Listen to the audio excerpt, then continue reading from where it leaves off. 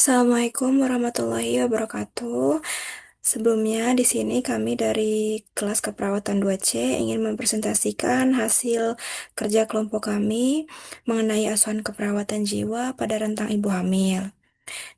Di sini kami yang beranggotakan saya sendiri, Nesa Febiola dengan NIM 2301322. Saya Melia Putri Gunawan dengan NIM 2308431. Saya Dwi Andini dengan NIM 2309556. Saya Farid Multahari dengan NIM 2307119. Saya Nazar Syfianda Ahmad dengan NIM 2304100. Oke, baik, mungkin langsung saja boleh ke kasusnya.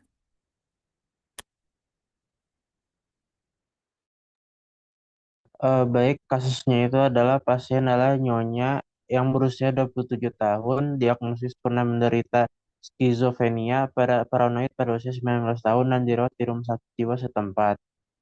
Saat ini ibu menjalani pemeriksaan kehamilan di puskesmas, kemudian dirujuk ke rumah sakit RSCM pada usia kehamilan 8 minggu.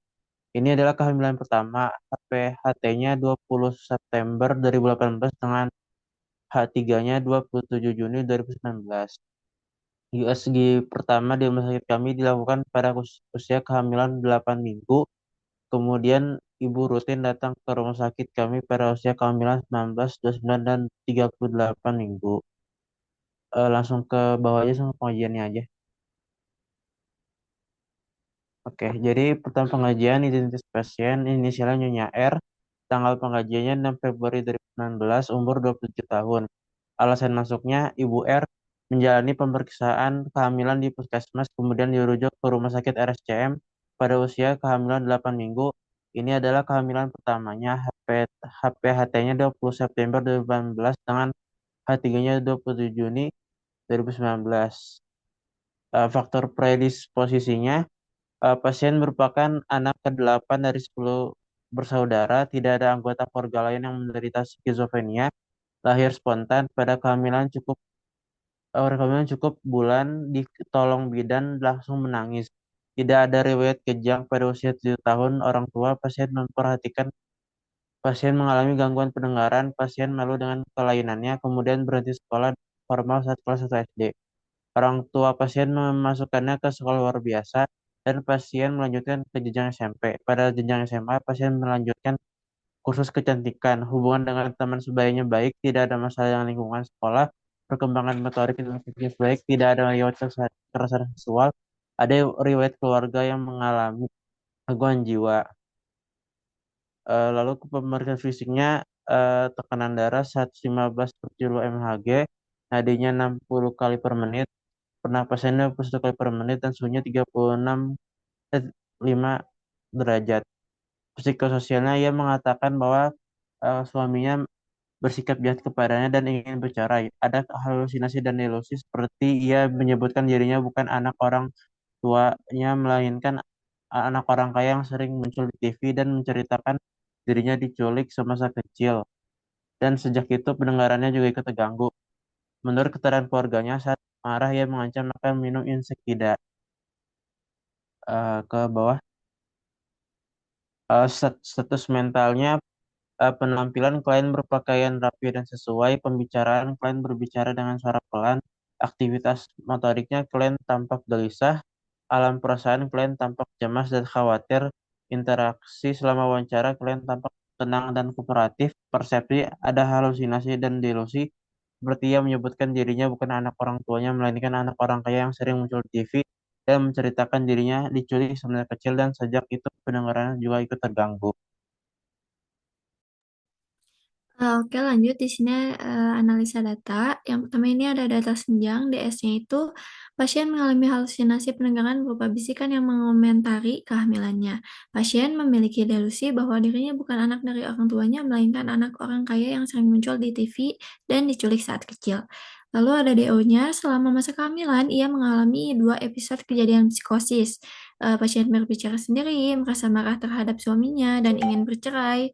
Pasien pernah mengancam untuk minum insektisida, mengalami gangguan pendengaran sejak usia 7 tahun, memiliki persepsi yang salah terhadap realitas, pasien sudah kontrol ke polipsikiatri dan dibawa ke rumah sakit jiwa untuk dirawat. Maka masalah keperawatannya yaitu gangguan persepsi sensori, yaitu halusinasi dan delusi. Lalu yang kedua ini DS-nya pasien berusaha menggugurkan kandungannya dengan cara mengkonsumsi jamu, nanas, soda, dan memukul perutnya. Pasien merasa dirinya terlalu muda dan tidak mampu mengurus anak, juga merasa takut saat persalinan. DO-nya pasien tidak memberikan ASI karena tidak diizinkan oleh dokter anak. Perawatan anak dibantu oleh keluarga, terutama oleh ibu kandung pasien. Maka masalah keperawatan yang diambil yaitu risiko proses pengasuhan tidak efektif, yaitu ketidaksiapan dalam menjalankan peran sebagai ibu. Jadi diagnosa keperawatannya itu D0085 yaitu gangguan persepsi sensori berhubungan dengan skizofrenia dibuktikan dengan pasien mengalami halusinasi dan delusi.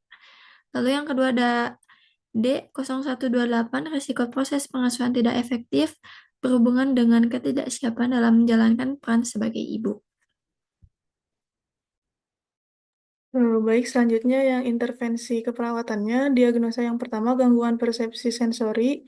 Tujuannya, pasien mampu mengidentifikasi dan mengontrol halusinasi serta delusi. Pasien mampu berinteraksi dengan lingkungan secara realistis.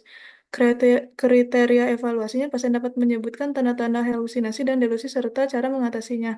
Pasien dapat berkomunikasi dengan keluarga dan tenaga kesehatan tanpa menunjukkan delusi. Untuk intervensinya, I09288 observasi monitor perilaku yang mengindikasi halusinasi.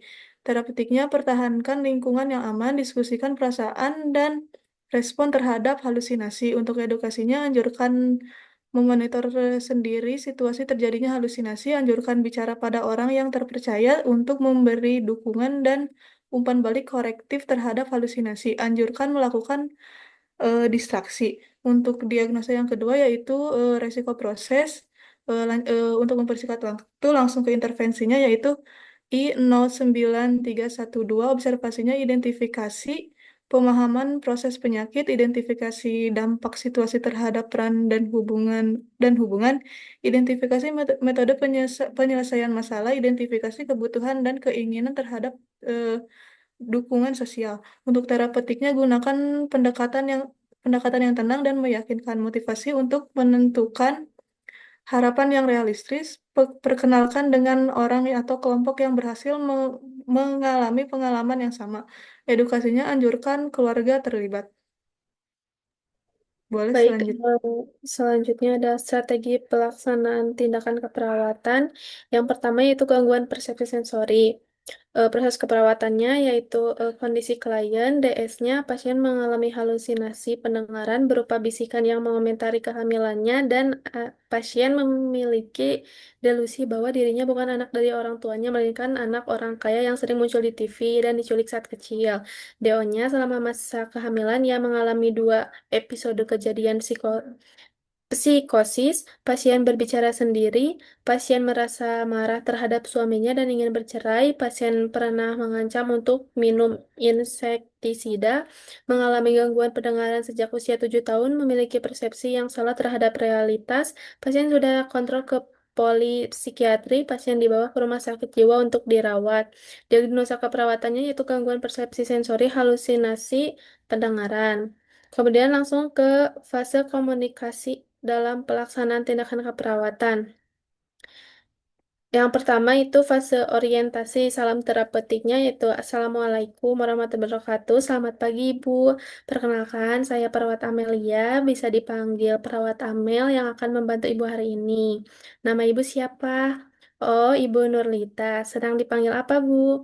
Baik, Ibu Lita, bagaimana perasaan Ibu saat ini? Kemudian evaluasi atau validasi. Saya mendengar bahwa Ibu Lita mengalami beberapa hal yang mengganggu seperti mendengar suara-suara. Bisa ceritakan lebih lanjut? Kemudian kontrak.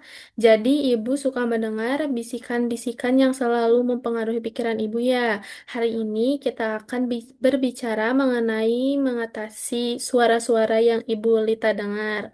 Pertemuan ini akan berlangsung sekitar 30 menit di ruangan ini. Apakah Ibu bersedia? Kemudian masuk ke fase kerja. Sebelumnya, saya ingin bertanya, apakah Ibu Lita tahu arti dari halusinasi? Baik, Ibu. Jadi, halusinasi pendengaran adalah pengalaman mendengar suara yang tidak ada sumbernya di lingkungan sekitar. Ini dapat mencakup berbagai jenis suara, contohnya yang terjadi pada Ibu, yaitu bisikan. Itu biasanya terjadi akibat terlalu banyak pikiran Ibu. Ibu, ketika suara-suara itu muncul, apa yang biasanya Ibu Lita lakukan? Saat suara itu muncul, apakah Ibu merasa takut atau cemas? Bagaimana reaksi tubuh Ibu? Baik, jadi saat suara itu muncul, Ibu merasa cemas sampai pernah mengurangi dosis obat karena takut obat tersebut dapat mempengaruhi kehamilan Ibu ya. Mari kita coba teknik distraksi. Misalnya, ketika Ibu mulai mendengar suara itu, Ibu bisa mencoba mendengarkan musik, menyanyi, membaca buku, atau berbicara dengan anggota keluarga. Nah, di antara pilihan itu, apa yang Ibu Lita paling sukai? Jadi, Ibu lebih suka membaca buku ya. Saya telah membawa beberapa buku yang menarik dan mungkin bisa Ibu Lita baca ketika ada waktu luang. Saya ingin mengajarkan teknik grounding. Coba Ibu sebutkan 5 benda yang ada di sekitar, lalu sentuh salah satu benda itu dan fokus pada teksturnya. Jika suara-suara itu muncul lagi, ingat bahwa Ibu memiliki kendali. Katakan pada diri sendiri bahwa suara itu tidak nyata dan alihkan perhatian ke aktivitas lain, seperti membaca buku sesuai yang Ibu sukai. Ibu juga mencoba teknik pernapasan. Mari kita coba bersama tarik napas perlahan melalui hidung, tahan sebentar, lalu hembuskan perlahan melalui mulut. Bagaimana rasanya? Syukurlah jika Ibu merasa lebih baik. Bagaimana perasaan Ibu setelah mencoba ke semua teknik ini? Adakah yang terasa membantu? Apakah Ibu memiliki seseorang yang bisa diajak bicara saat merasa terganggu oleh suara-suara itu? Baik, jadi Ibu lebih suka berbicara bersama orang tua Ibu Lita sendiri ya. Mari kita buat daftar aktivitas yang dapat membantu Ibu mengurangi halusinasi. Apa saja kegiatan yang Ibu sukai dan bisa dilakukan saat merasa terganggu? Wah, ternyata selain membaca buku, Ibu juga suka mendengarkan musik ya. Baguslah lakukan hal atau aktivitas positif yang dapat Ibu lakukan saat gangguan itu muncul.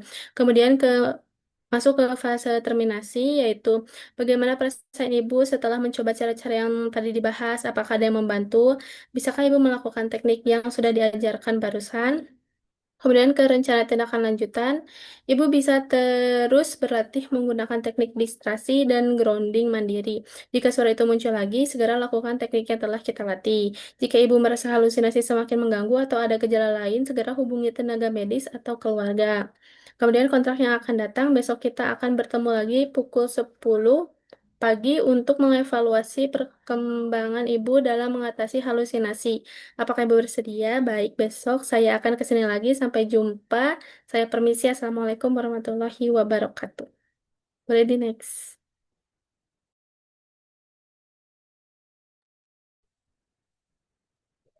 Oke, selanjutnya ada strategi pelaksanaan tindakan keperawatan dengan diagnosa, resiko, proses pengasuhan tidak efektif. Yang pertama ada kondisi klien, data subjektifnya. Kondisi klien berusaha menggugurkan kandungan dengan cara mengonsumsi jamu, nanas, soda, dan juga memukul perutnya. Kemudian pasien merasa dirinya terlalu muda dan juga tidak mampu untuk mengurus anak, juga merasa takut saat persalinan. Kemudian data objektifnya pasien tidak memberikan ASI karena tidak diizinkan oleh dokter anak. Kemudian perawatan anak dibantu oleh keluarga, terutama oleh ibu kandung pasien. Diagnosa keperawatannya resiko proses pengasuhan tidak efektif. Kemudian ada tujuan khususnya, yaitu pertama, pasien mampu memahami dan juga menerima peran barunya sebagai ibu. Pasien mampu mengatasi kecemasan terkait pengasuhan anak. Kemudian pasien mendapatkan dukungan dari keluarga dalam pengasuhan anak. Pasien menunjukkan keinginan untuk merawat anak dan juga pasien dapat menyebutkan strategi untuk mengatasi kecemasan dan ketakutan dalam merawat anak. Kemudian keluarga terlibat aktif dalam membantu pasien merawat anak. Boleh langsung ke. Nah, iya. Oke. Oke, untuk tindakannya yang pertama yaitu ada fase orientasi, di mana perawat memberikan salam terapeutik. Selamat pagi Ibu, perkenalkan, saya perawat Nesa yang akan membantu Ibu pada hari ini. Apakah benar dengan Ibu Aisyah? Oh, jadi Ibu Aisyah. Nah, senang bertemu dengan Ibu. Bagaimana kabar Ibu hari ini? Bagaimana perasaan Ibu sejak menjadi ibu baru? Apakah ada yang ingin Ibu ceritakan? Oke, baik Ibu. Saya mendengar Ibu merasa cemas terkait pengasuhan anak. Bisa ceritakan lebih dahulu tentang apa yang membuat Ibu merasa seperti itu? Dan apakah Ibu merasa kurang percaya diri dalam merawat bayi Ibu? Apa saja sih yang membuat Ibu khawatir? Oke, jadi Ibu merasa cemas jika tidak merawat bayi dengan baik ya Ibu ya. Dan juga Ibu merasa khawatir tentang kesehatan Ibu, benar begitu? Oke, benar. Kita bisa bekerja bersama-sama untuk mengatasi kecemasan Ibu. Nah, jadi saya di sini akan membantu untuk memberikan informasi dan juga dukungan yang diperlukan. Apakah Ibu bersedia untuk berbicara lebih lanjut mengenai pengasuhan anak dan juga cara mengatasinya? Oke, baik. Terima kasih jika Ibu bersedia. Selanjutnya, masuk ke fase kerja. Ibu, saat Ibu merasa cemas tentang merawat bayi, apa saja yang biasanya Ibu lakukan? Apakah Ibu merasa cemas saat bayi menangis atau saat bayi menyusui? Bagaimana sih Ibu merespon perasaan cemas tersebut? Oke, baik Ibu. Apa yang bisa kita lakukan untuk membantu Ibu merasa lebih percaya diri? Mungkin Ibu ingin berbicara dengan orang lain yang sudah berpengalaman. Mungkin Ibu ingin mencoba beberapa strategi untuk menenangkan diri. Oke, baik Ibu. Baik Ibu, saat merasa cemas, Ibu bisa mencoba melakukan teknik pernapasan dalam. Ibu coba tarik napas dalam-dalam sebentar, lalu hembuskan. Nah, seperti itu ya Ibu, baik. Selain itu, jika Ibu merasa kesulitan tidur atau merasa lelah, mari kita coba teknik relaksasi untuk membuat Ibu sedikit lebih tenang. Oke, baik Ibu. Selanjutnya, apakah ada anggota keluarga yang dapat membantu Ibu di rumah? Oke, ada ibu dari ibu-ibu ya? Oke, baik. Selanjutnya, jangan khawatir ya Ibu. Jika Ibu merasa belum sempurna dalam mengasuh bayi, setiap Ibu mengalami proses belajar, apa saja sih yang Ibu lakukan dengan baik sejauh ini? Kita akan terus bekerja sama untuk mencari cara agar Ibu merasa lebih siap dalam mengasuh anak. Selanjutnya masuk ke fase terminasi. Baik Ibu, Ibu sudah menceritakan apa saja yang membuat Ibu cemas. Di sini setelah Ibu bercerita dan saya memberikan solusi, bagaimana perasaan Ibu? Apakah sudah lebih baik? Oke, sudah lebih baik ya Ibu. Apakah teknik relaksasi yang kita coba tadi membantu Ibu merasa lebih tenang? Alhamdulillah, jika Ibu merasa lebih tenang. Selanjutnya ada rencana tindak lanjut. Ibu dapat terus berlatih teknik pernapasan dan juga meminta dukungan dari keluarga Ibu. Jika Ibu merasa cemas atau membutuhkan lebih banyak bantuan, Ibu bisa menghubungi saya dan juga tenaga medis lainnya. Selain itu, saya juga akan memberikan beberapa informasi lebih lanjut tentang pengasuhan yang bisa Ibu baca di rumah. Baik Ibu, kita akan bertemu lagi besok pukul 10 untuk melihat bagaimana perkembangan Ibu dan bagaimana cara Ibu dalam mengatasi kecemasan dan juga pengasuhan bayi. Apakah Ibu setuju? Baik, terima kasih Ibu. Jika Ibu setuju, untuk kunjungan hari ini kita cukupkan ya Ibu. Oke, teman-teman, mungkin sekian presentasi dari kelompok kami. Mohon maaf apabila masih banyak kekurangan. Kami akhiri, wassalamualaikum warahmatullahi wabarakatuh.